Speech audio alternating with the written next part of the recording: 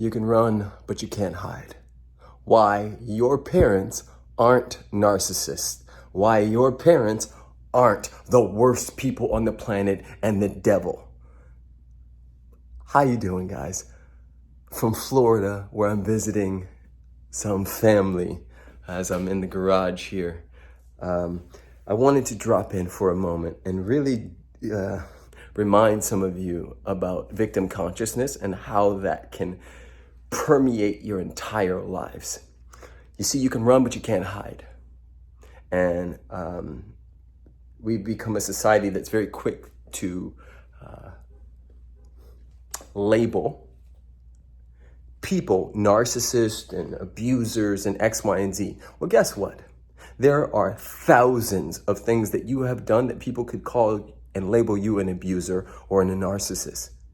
Do you get that? Do you get that just because your parents don't buy into or are holding you to your history does not make them abusive? There is a huge distinction between actual abuse and this sort of crybaby, super overly sensitive victim consciousness thing that a lot of people are holding on to, especially around the holidays. You can run, but you can't hide.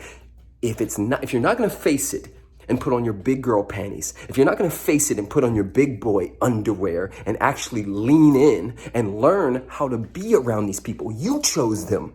You chose them as your parents, and they chose you. And forever, as long as you're on this planet, they'll be your parents. They'll be your brother. They'll be your sister. So if you want to play the game called I'll just disappear, guess what? That energy is still alive. There is an energetic cord still attached, and you ran. And it doesn't matter what side of the country you're on. If you're on the other side of the world, energetically, you are still a 9-year-old who ran.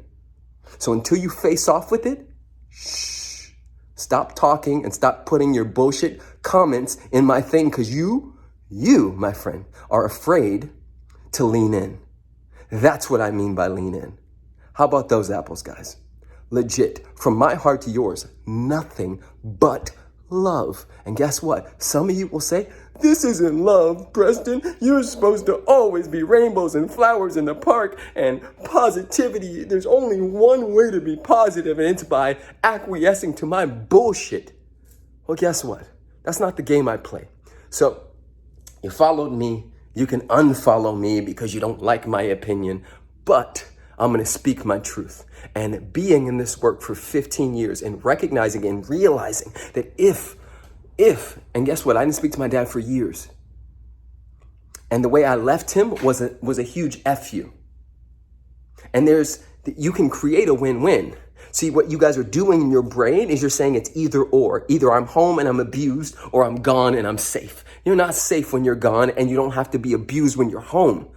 See, until you lean in and learn how to hold the boundary and shift and pivot back to alignment, then all the stuff you post and all this talk you have about being an adult and I'm my own woman and own man and I'm independent, you're not independent shit.